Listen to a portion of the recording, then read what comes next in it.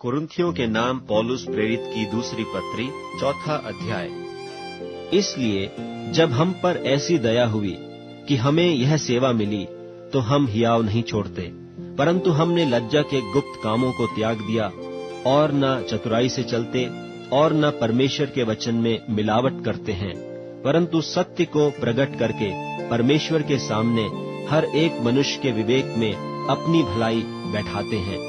परंतु यदि हमारे सुसमाचार पर पर्दा पड़ा है, तो यह नाश होने वालों ही के लिए पड़ा है, और उन अविश्वासियों के लिए जिनकी बुद्धि को इस संसार के ईश्वर ने अंधी कर दी है, ताकि मसीह जो परमेश्वर का प्रतिरूप है, उसके तेजोमय सुसमाचार का प्रकाश उन पर न चमके।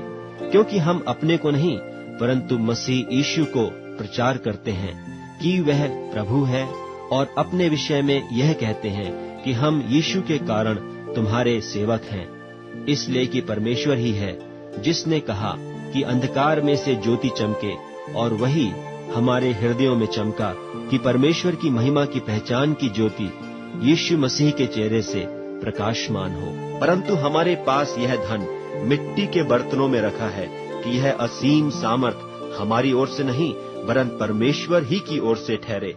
हम चारों ओर से क्लेश तो भोगते हैं, पर संकट में नहीं पड़ते, निरुपाय तो हैं, पर निराश नहीं होते, सताए तो जाते हैं, पर त्यागे नहीं जाते, गिराए तो जाते हैं, पर नाश नहीं होते। हम यीशु की मृत्यु को अपनी देह में हर समय लिए फिरते हैं, कि यीशु का जीवन भी हमारी देह में प्रकट हो। क्योंकि हम जीते जी सर्वदा यीशु के कारण मृत्यु के हाथ में सौंपे जाते हैं, कि यीशु का जीवन भी हमारे मरणहार शरीर में प्रकट हो। सो मृत्यु तो हम पर प्रभाव डालती है, और जीवन तुम पर, और इसलिए कि हम में वही विश्वास की आत्मा है, जिसके विषय में लिखा है कि मैंने विश्वास किया इसलिए मैं बोला। सो हम भी विश्वास करते हैं, इसीलिए बोलते हैं, क्योंकि हम जानते हैं कि जिसने प्रभु यीशु को जिलाया, वही हमें भी यीशु में भागी जानकर जिलाएगा और तुम्हारे साथ अपने सामने उपस्थित करेगा। क्योंकि सब वस्तुएं तुम्हारे लिए हैं, ताकि अनुग्रह बहुतों के द्वारा अधिक होकर परमेश्वर की महिमा के लिए धन्यवाद भी बढ़ाए। इसलिए हम हियाव नहीं छोड़ते।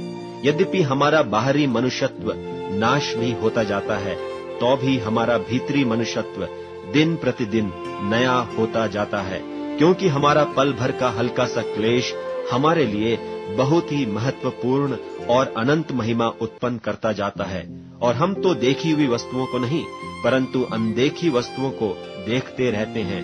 क्योंकि देखी हुई वस्तुएं थोड़े ही दिन की हैं, परंतु अनदेखी वस्तुएं सदा बनी रहती हैं।